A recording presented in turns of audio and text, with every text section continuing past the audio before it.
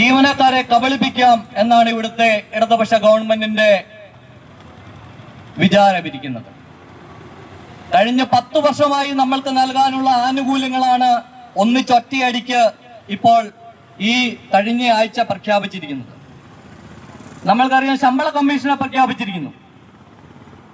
കഴിഞ്ഞ കാലഘട്ടങ്ങളിലെ ശമ്പള കമ്മീഷനുകളെ എല്ലാം നമ്മളെടുത്ത് പരിശോധിച്ചു കഴിഞ്ഞാൽ നമ്മൾക്കറിയാൻ സാധിക്കും, ഏതാണ്ട് 2 വർഷത്തോളം എടുത്താണ് ഇവരെല്ലാം ഈ ശമ്പള കമ്മീഷന്റെ റിപ്പോർട്ട് കൊടുത്തിരിക്കുന്നത്.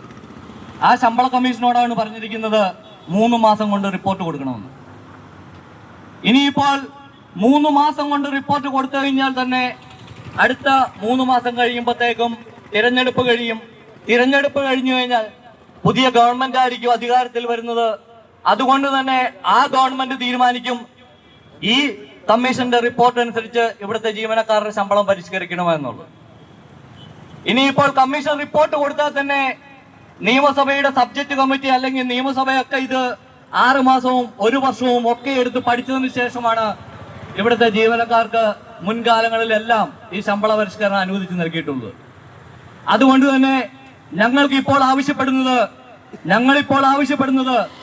ശമ്പള പരിഷ്കരണം എന്ന് അനുവദിച്ചു തരുന്നോ അന്നുവരെ ഞങ്ങൾക്ക് അടിസ്ഥാന ശമ്പളത്തിന്റെ 25% ക്ഷാമബത്ത ഇടക്കാല ആശ്വാസം അനുവദിച്ചു തരണം എന്നാണ് ഞങ്ങൾക്ക് ആവശ്യപ്പെടാനുള്ളത്.